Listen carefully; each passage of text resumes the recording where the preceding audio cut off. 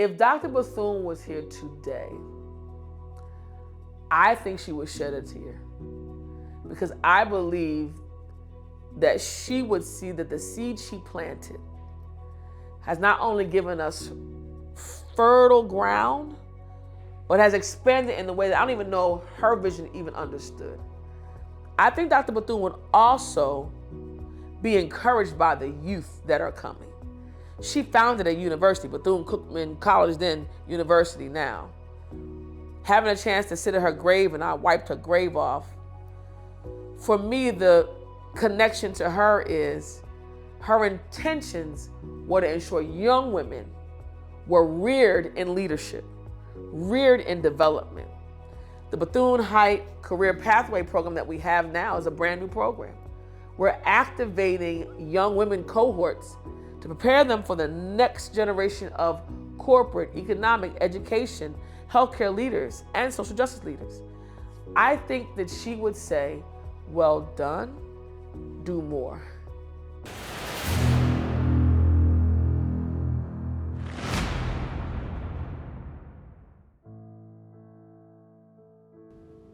This building in the nation's capital is so much like Mary McLeod Bethune, mighty and strong and situated on a firm foundation.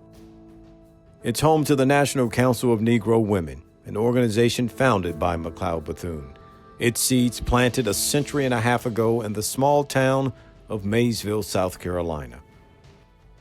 It is there that Mary McLeod Bethune was born in 1875, the 15th of 17 children of parents who were formerly enslaved. She was a child with a thirst for learning and serving. She walked 5 miles to school to get an education that her parents and a good number of her siblings could not. She saw education as a vehicle for African American girls to mature into women and become leaders and change agents in politics, economics, education, and civil rights. As a teacher, her experience working in mission schools inspired her to start a school of her own. It seemed an insurmountable quest for an African American woman in the first years of the 20th century who was one generation removed from slavery in the South and with little to no money. But Mary McLeod Bethune was undaunted, creating benches and desks from scraps and pencils from burnt wood. In 1904, she founded the Daytona Educational and Industrial Training School for Negro girls in Daytona, Florida. Nearly 2 decades later, that school would merge with Cookman Institute and eventually become Bethune-Cookman College, a 4-year co-ed institution. Not resting on her laurels, she helped to open a hospital in Daytona that served Black and white patients with an integrated staff. She fought to bring the right to vote to women in the U.S. and to increase overall voter participation within the African American community. McLeod Bethune was the 8th president of the National Association of Colored Women, the forerunner to the National Council of Negro Women. Founded in 1896 in Washington, D.C., its motto was "Lifting as we climb," and climb McLeod Bethune did. Her achievements and influence undeniable. Advisor to U.S. presidents, director of the Division of Negro Affairs in President Franklin Roosevelt's administration, president of the Southeastern Federation of Colored Women's Clubs, co-founder of the United Negro College Fund and the Central Life Insurance Company of Florida. The list could go on. Her marbled image in the halls of the U.S. Capitol, or bronzed in D.C.'s Lincoln Park and in Daytona, Florida, all powerful representations of her monumental impact. In its initial incarnation, McLeod Bethune's Little School for Negro Girls sat next to the town dump. The site was prophetic. What seemed worthless, Mary McLeod Bethune made priceless. She was a transcendent figure who saw obstacles as opportunity. I plunged into the job of creating something from nothing, she said. Though I hadn't a penny left, I considered cash money as the smallest part of my resources. I had faith in a living God, faith in myself, and a desire to serve. I knew Dr. Bethune. And the reason is that my great-grandfather, Abraham Lincoln Lewis, was a very close friend of Dr. Bethune's. And because of their friendship, I benefited. I'm struggling now for words that would capture this. I was blessed to actually know Dr. Bethune. What in the world was in the head and in the heart of the legendary, yes, both of those words, Dr. Mary McLeod Bethune, who began this exceptional organization? And I can only respond to my own question by saying that amazing and grace-filled educator and social justice activist felt a need for something that did not exist. Yes, there were other organizations grounded in the lived experiences of Black women. But she imagined something which has lasted now for so many years, that was necessary at that time and is no less necessary today. And that is an organization that would come out of the very depths of our experiences as both women and African Americans. That twofoldness, if I can play with language for just a moment, she thought had yet to be fully responded to. And so that is why she began the National Council of Negro Women. Yeah, our founder, Dr. Mary McLeod Bethune, coined this phrase, an organization of organizations. Her intention was to gather Black women with a trajectory experience on their minds. She wanted to ensure that Black women's institutions were aligned around healthcare, education, economics, and politics for women in the 1930s. And if you can consider 1935, our country was in the middle of a depression. And as an organization of organizations, she believed that the council would be a meeting place and a grounding place for Black women and Black women's organizations. So when she coined that phrase, an organization of organizations, that's exactly who the council is. We are an institution that is made up of now over 38 national Black women's affiliate organizations. At that time, there were a little over 20. The power of bringing together all of the organizations. And Dr. Ike used to demonstrate it when Mrs. Bethune used to say, yes, if I have one organization here, one here, one if I tap you with this organization, but then they would bring the fists together and say, you know, all together, if I tap you with this fist, you will feel it. But if I tap you with one finger, you may not feel it. And if we all come together collectively, look at the collective power. And so Dr. Mary McLeod Bethune was ahead of her time. Her mission then speaks to her mission now. If you want to go quickly, go alone. If you want to go far, go together. An organization is only as good as its leaders, and the leadership at NCNW has had nothing short of a stellar roster of 9 dynamic women presiding over its nearly century-long storied existence. We talked about Dr. Bethune's leadership in not only founding the organization, but Dr. Bethune was the visionary who started bringing us what we call these sections, bringing out presence across the country. Then you think about Dr. Dorothy Farabee, who was actually the past national president of Alpha Kappa Alpha Sorority Incorporated. She was one of the ones that actually collaborated with some other national leaders to bring us to a more national scale. She worked on programming and was very, very instrumental in healthcare. Vivian Carter Mason served after Dr. Farabee, and around that time was when we saw the transition of Dr. Bethune. So she had to carry the organization with the death of its founder, and then by 1957, you see Dorothy Height. Dorothy Height, longest service president, almost 50 years of leadership, where she engaged, of course, not only in civil rights, but you've heard of the term the Big Six.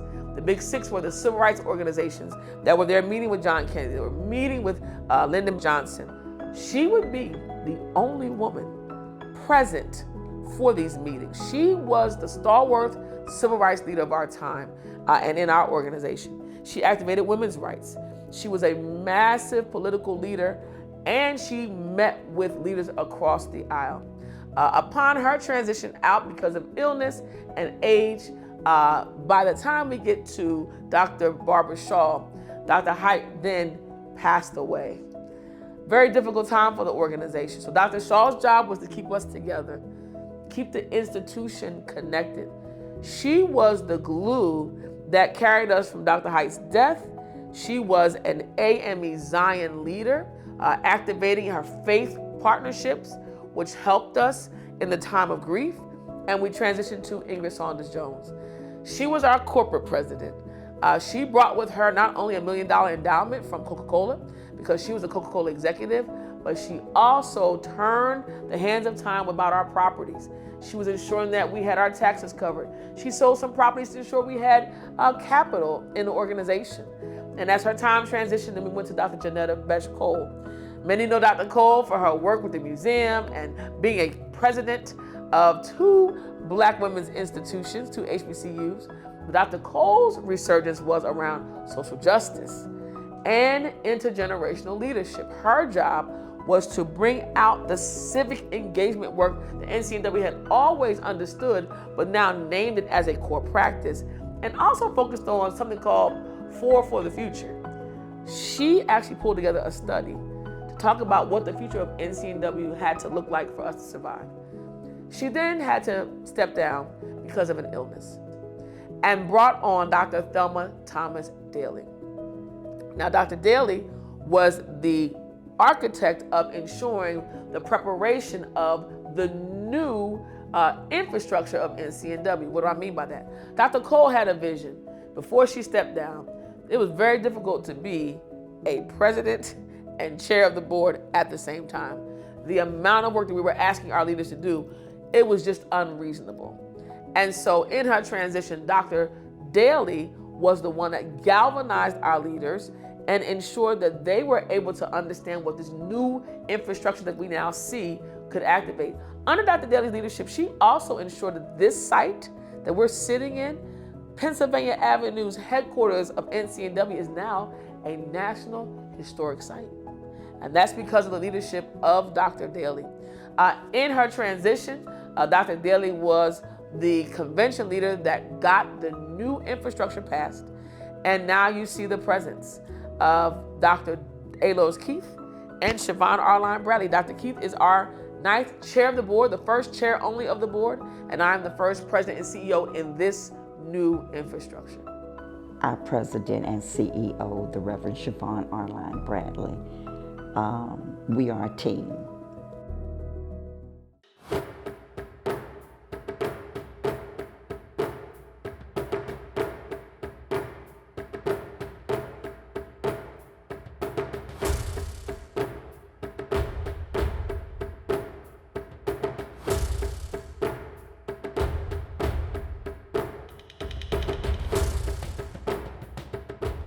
I knew Dr. Height for years, and with all of the power and all of the doors she opened and all of the people who knew her, she was very quiet and very humble.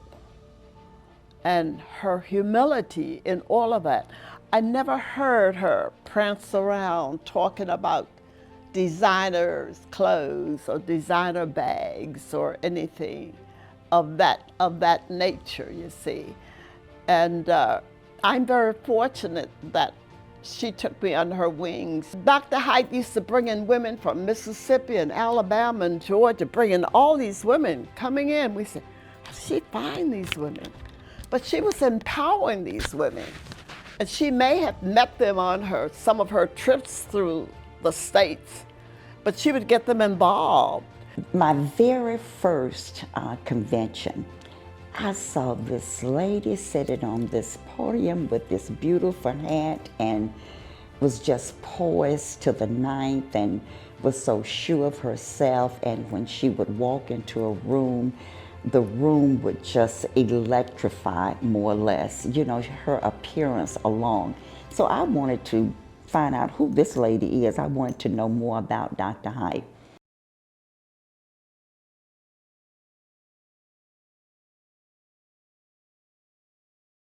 She was such a visionary. I remember we were here at a convention, and she left the convention with this beautiful royal blue suit on. And she said, I noticed you all probably noticed that I left for a while, but what I did, I went and signed papers for us to maybe get this building that we now live in, that is home for NCNW. We were ecstatic. We were so excited. When I think about this building that we're sitting in, it's a bit emotional because we're the only Black and woman-owned building on Pennsylvania Avenue. No president gets inaugurated without going by this building. We sit what we call the corridor of power between the Capitol and the White House.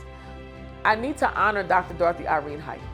She had the vision that Black women would be seated in the middle of power, not only in this country, but in the world. And as a Black woman, ensuring that she worked with philanthropists, with artists and entertainers, with government leaders, to make sure that this building built on the land where slaves were sold.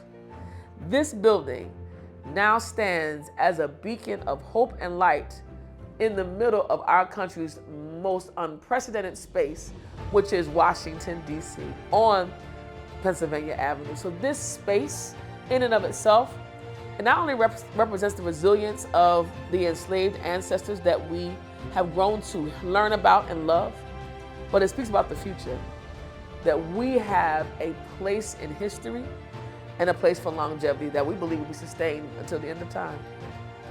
The January of the year that she passed away, we were at the Willard Hotel here in Washington. It was for an MLK celebration. And I had a flight to catch, but she sent words to me to say she wanted to see me before I left that January. And I thought, well, do you miss your flight? Or do you stay and see what Dr. Height wants? Well, I just decided, well, without a doubt, I'm just gonna stay and see what Dr. Height wanted. You know, I mean, that's Dorothy Irene Height that I'm talking about. Little did I know that was going to be the last time I saw her alive.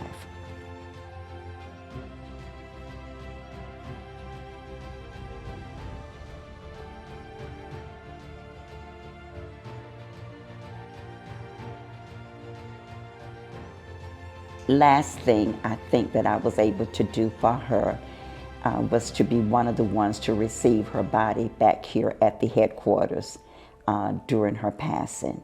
And yeah, and now to sit in an office and to be the chair of the board, and the office that I would sneak in and sometimes put on a hat of hers that was here and say,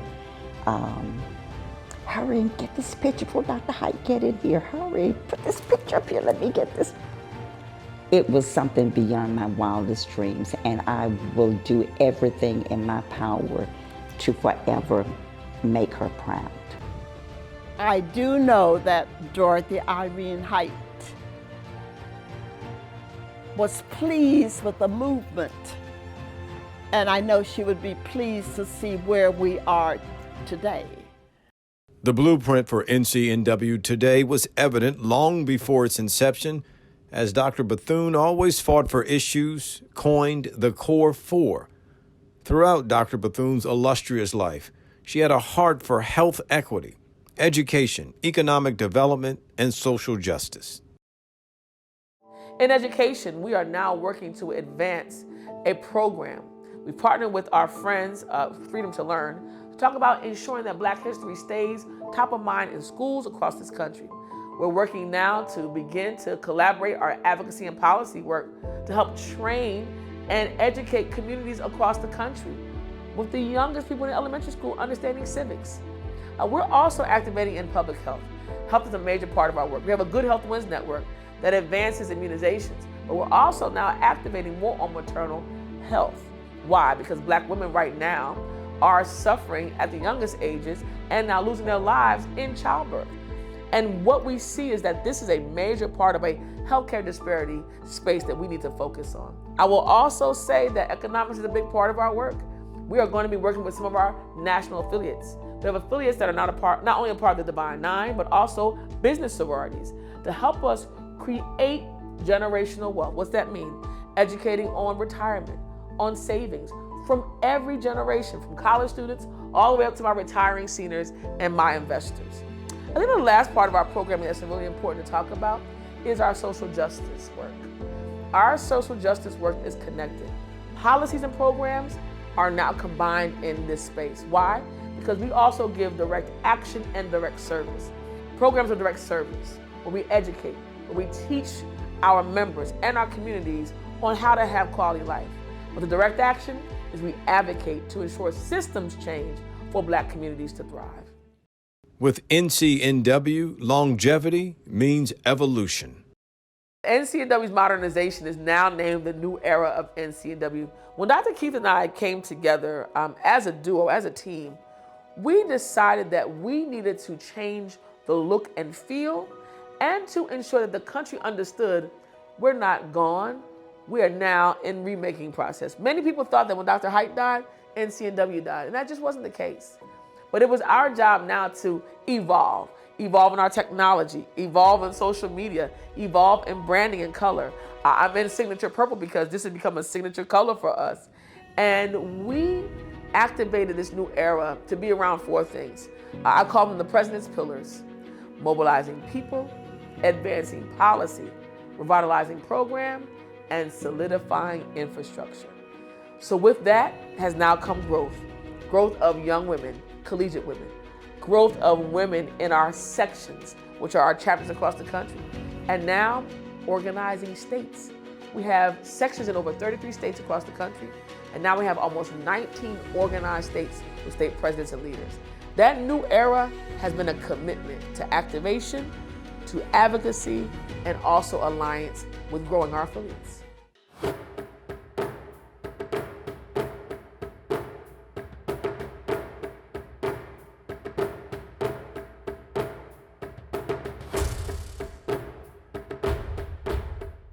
If you think about the course of Black generations across history, there's always been a catalyst for movement. There's always been a thing that has happened, an incident that has really pushed us. Progress has been a friend, but also a challenge. When you see progress, you tend to not see the regress. And so as I think about generations now, I would not say that they're not active. I would say that their vision of progress may be different. What we may have talked about in the past around voting rights may or may not be a priority for some of our younger folks. But I will tell you where you see young people activated. They were serious about Israel and Palestine. People asked why.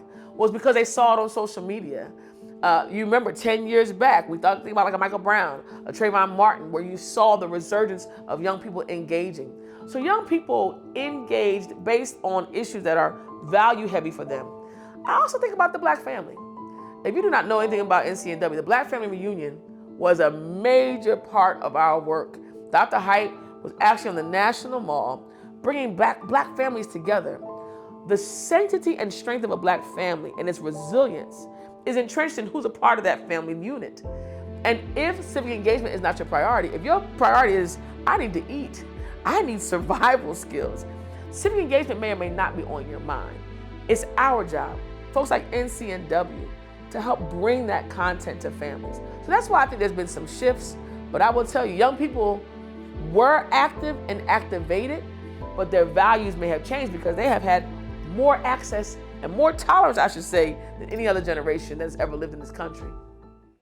Over the years, NCNW has garnered a rather impressive global reach. When I think about the founding of our organization and Dr. Bethune's president of the United Nations, not only being an NGO, but in the late 60s, Dr. Dorothy Height began her first charter in Senegal, in the continent of Africa. She chartered a section there. That has since waned, and now that we are back in leadership, the new era has committed ourselves to identify new countries to bring sections to the continent of Africa and the Caribbean. I just had the pleasure of joining President Biden in a delegation all the way to Angola to talk about the connections between the African country of Angola and the United States, but also other countries connected. And NCNW is now working on advancing our global reach by bringing on a full-time staff. We now have space at the United Nations, and we are activating our presence with programs around human trafficking, as well as economic parity for women and girls of African descent across the diaspora.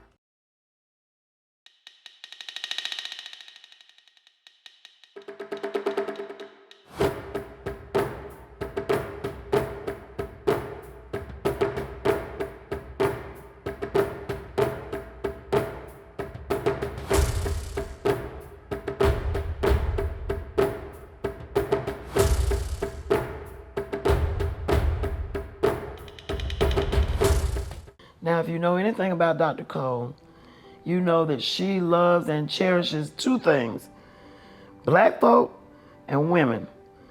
And for her, the idea that NCNW would not be adequately serving or reaching out to younger women was just trouble. She just was, I don't want to say preoccupied, but she was very, very concerned. Having presided over both Spelman and Bennett, the only two colleges exclusively for Black women in the country, she has a special connection. It seemed to me that the organization founded by Dr. Mary McLeod Bethune, led so brilliantly by Dr. Dorothy Irene Height, needed to become more intergenerational. After all, said I, if the organization only consisted of women of my age, the organization would literally die out.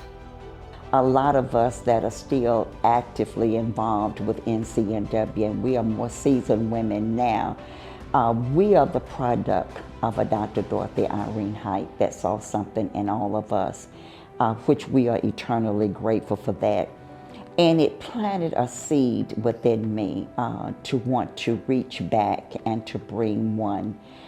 And I make it my life's mission to bring other young women up. Well, let me go back to Dorothy Irene Height, because even though we're saying that they're coming in now, a part of her focus really was to bring in young people. And she really wanted to focus on middle school girls. The idea is to bring them in and to hear them. Let their voices be heard. Let them have a place on the board, a place of power. You just don't bring in a chair and just sit it down and it doesn't match in some way. But you gotta utilize it, and to utilize it, you give them a place. You let them be heard, let their voices be heard. And also to say, well, what can they do to make NCNW better? And I suspect when I'm long gone, that the next president of NCNW is somewhere at a college campus getting herself ready to be here.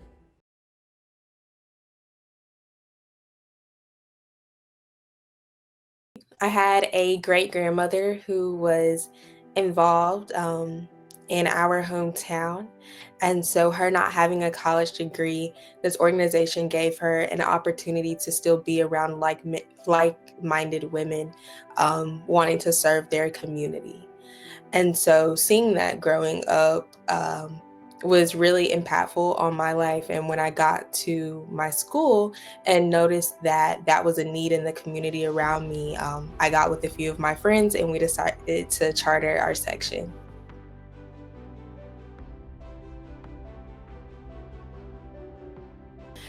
With the previous election, we tried our hardest to disseminate the appropriate information and keeping people informed. And then Good Health Wins was another initiative with the vaccination season approaching that we participated in and that we were really big on participating in.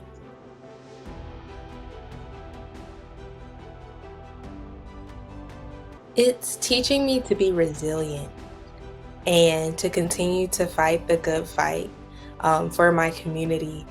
And it also teaches me to remember that you're bigger than yourself, or you're a part of something that is way bigger than you. And so it's always important to give back to your community. But there's a quote that says, you lift as you climb. So as you progress, or as I'm matriculating in my college experience, I bring people up with me, and the things that I learn and that I get to learn being a part of NCNW, I get to kind of pour back into not only our surrounding area, but on my campus to other young women who may need that same guidance.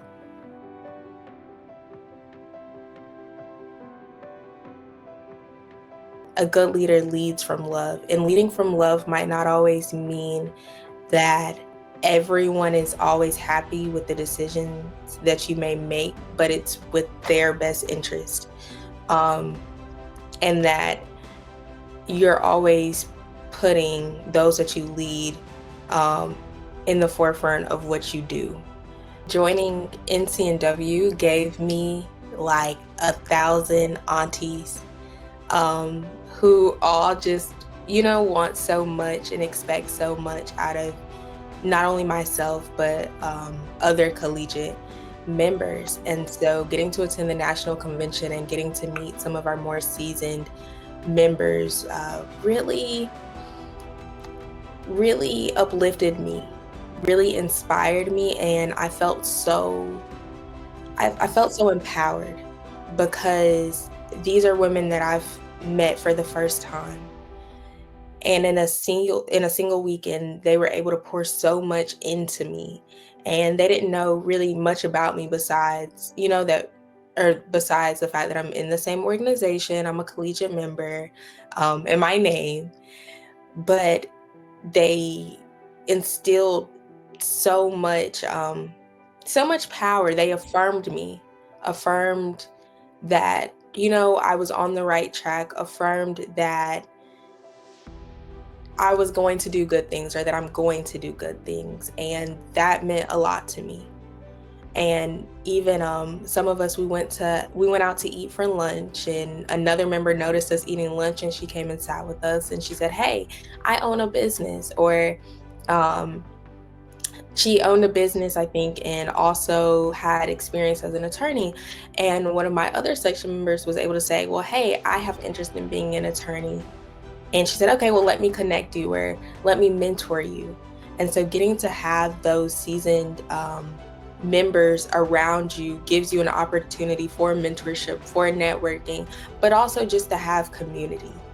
And not everybody grew up with having Black women around them to uplift them and empower them. And so I felt like NCNW definitely gave that for me, and I know for a lot of other people that attended the convention with me. The future of NCNW truly does lie in the youth and in the collegiate members that we have currently. So many of us are still matriculating, of course, but looking to do really big things. And so I think we're headed in the right direction. And as long as we stay members and stay active, I think that the future is in great hands. Back to something that was intergenerational, that gave me another opportunity to bond with my great-grandmother, who I'm so blessed to still have with me. Not a lot of people still get to have their great-grandmother with them at 21 years old. And so it's given us an opportunity to get to do some things together. But NCNW has also given me the opportunity to serve my campus in a way that I didn't think that I could. And so to be able to give other young women a community is super cool and is a super cool experience. I didn't think that when myself and my best friend got together and decided to charter our section that it would be what it was. But I'm just so proud of what we've been able to do for others, and I hope that that's something that will continue. With accolades and accomplishments too vast to count, here are just a few success stories to highlight. Right now, we have over 360 chartered sections with another 50 in the waiting. We are expanding on college campuses, where now over 35% of our new membership are on college campuses. I think about Dr. Mary McLeod Bethune, but also Dr. Dorothy Height, who was paramount in the passing of the Civil Rights Act, as well as the Voting Rights Act. She also stood the test of time doing Wednesdays in Mississippi, where she activated and advanced women and children on the ground in Mississippi around housing and around economic development. Many don't know this, but as you think about NCNW's reach, we have a Good Health Wins network that has expanded. Over 30 states and national affiliates have gathered to ensure that we reverse the immunization practices of Black communities. And this is a public health opportunity. And not only that, I gotta say this, we have our own magazine. Sisters Magazine is a publication that we're really, really proud of. At NCNW, the philosophy has been all the way through, leave no one behind. And NCNW has been the only organization that I know of, a major organization, that you don't have to have a degree, you don't have to have a lot of money, that come. And that's the concept about NCNW. I hope we never lose that it's open to all women, regardless of the status. Being a member of NCNW has so many different looks and feel.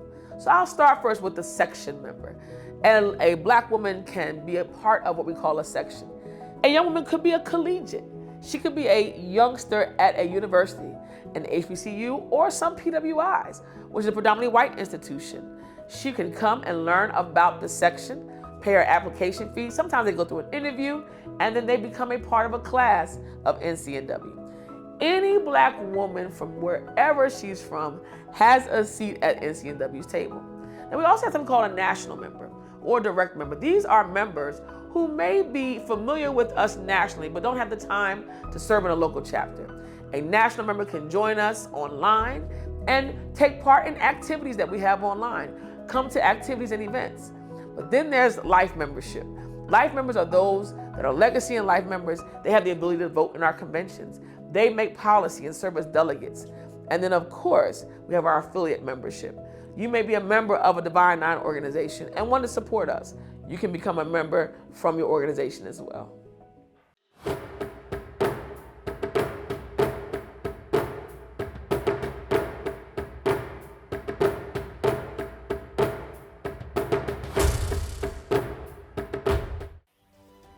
When we lift up that horrific process called enslavement, how could we say that we're in a time more troublesome, more horrific than that? In fact, I'm thinking about the words of Dr. Mary McLeod Bethune. And I won't quote her exactly because I can't at the moment. But the idea I have chiseled into my memory. She said, if we will remember what our ancestors went through, then we will have the courage to do for our time what they did for theirs.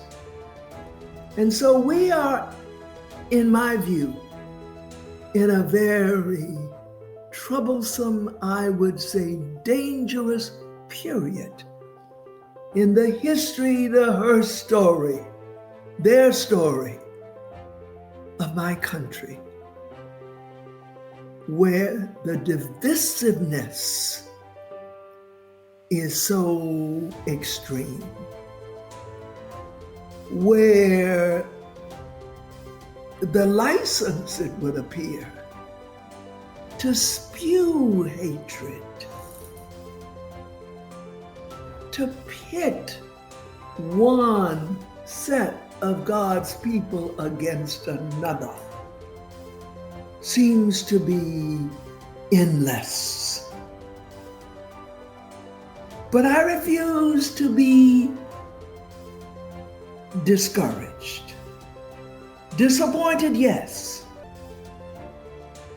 Because without engaging in very strong language, I do believe that our democracy is being challenged.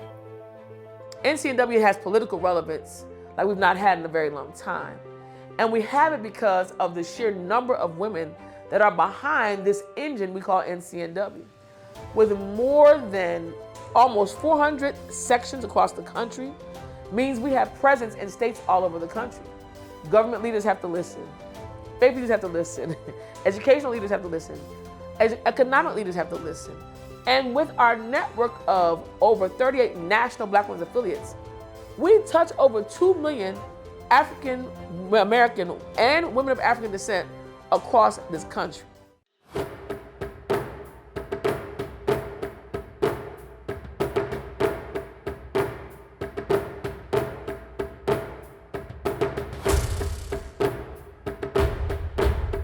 Black women for decades, and I could even say centuries, have always fellowshipped. It is a part of our culture to come together to address anything. We do it in our families, naturally. We do it in our faith institutions, naturally. NCNW has become really a common ground place for Black women. This is why CEOs and sisters that are serving in kitchens are at the same table, because we see Black women as the core foundation of us advancing our community. When we respect Black women and their determination and their perseverance, we all make progress. When Black women win, we all win. As I continue to do the work that I'm called to do, as my sisters, and we do have some righteous brothers with us, do the work that we're all called to do through NCNW. I just can't give up the idea that it is not only fundamental work, it is sacred work. It is sacred work. And even in troubled times like we're in, I find so much strength and hope in the words of Black women. I'm thinking about Ella Baker, that great civil rights, women's rights activist, who said, "We who believe in freedom cannot rest until it comes." I do believe that over the course of the history and her story and their story of humanity, that women have played, how can I put it, an unusually important role. We are, for those of us who choose to do so, the bearers of the next generation. We are those who tell our children their first stories far more than menfolk do. We are those who so often are doing overtime, double time, as we serve as mother, as life partner, but also as activist for justice. And so, while I am so proud and grateful to have come into the world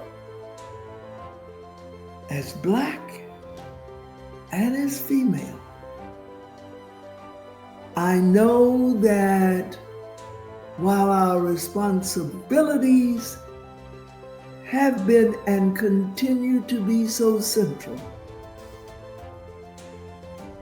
so often our burdens have often been so hard to bear. That great leader of NCNW, Dr. Dorothy Irene Height, once said, "A Black woman doesn't always get to do what she wants to do,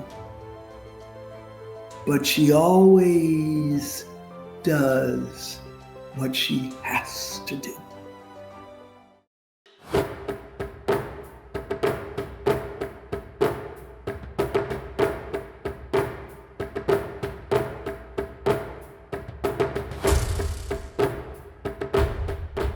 Dr. Height made certain that Dr. Mary McLeod Bethune's name lived forever. I go back to Dr. Height because every day that I was around Dr. Height, she always mentioned Mary McLeod Bethune.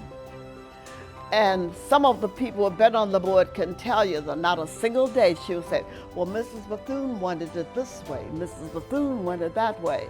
And even though she was the 4th president, her intention was to carry out the intention of Dr. Mary McLeod Bethune. That was her goal every day. And what would Dr. Bethune think of her beloved NCNW today?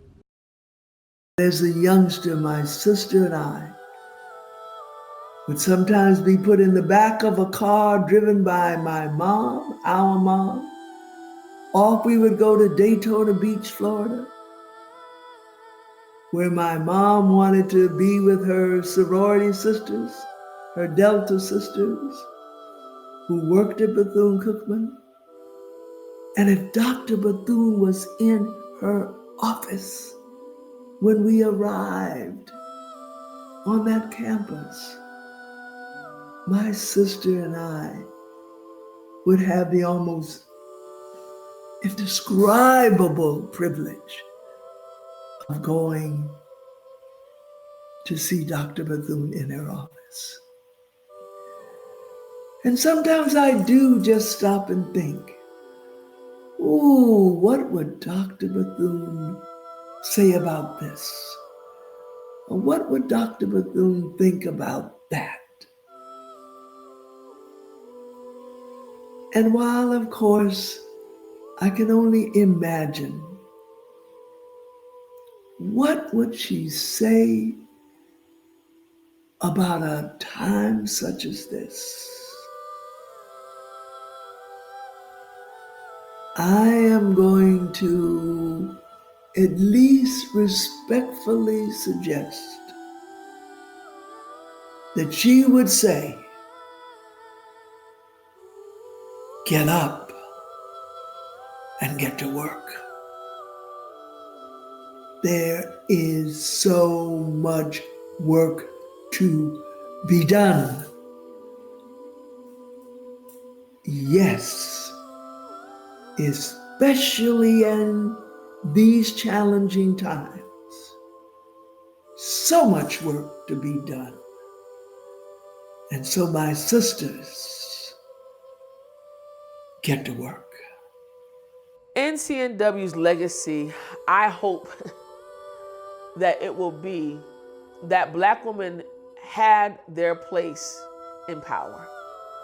That Black women will see NCNW as the one stop for all of us, as the grounding space, as the collaboration space, as the coalescing space. I think our legacy will also be that we made a change in trajectories for women of African descent as it relates to education. I believe that we will see Black history not leave schools because of NCNW. I believe that the Affordable Care Act and maternal health will be saved because of NCNW. I believe that Black women will close the wealth gap because of the advocacy and the programming of NCNW. I believe our legacy will also be that this building space will be the beacon across the country. There are now spaces in other parts of the country that are owned by NCNW. I believe that our presence will be not only physical, but spiritual and emotional for Black women. And I think the most important legacy for me is that we stood the test of time, and that it wasn't finances, it wasn't a split. It was that Black women figured it out, and Black women used different generations at one table in one moment in time to make sure we never died. We're getting ready to celebrate 90 years. Oh, we will be around for another 90, and another 90, and another 90. Through the decades, we never really wavered from our core four issues: health, education, social justice, and economic opportunity. If you have those things, you can make a life out of it. When spider webs unite, they can even tie up a lion. I think that is NCNW's legacy. Because as a Black women's organization, we must focus on the double jeopardy of racism and sexism. And for many in our organization, and more importantly in the communities that we serve, there's more than racism and sexism. There's heterosexism. There's classism. There's ableism. There are all of these systems of inequality. But when we unite, that is when we can have not just a teenanchi or itsy bitsy, to use two good Southern expressions, effect. We can have a monumental effect in pushing back against these systems of inequality.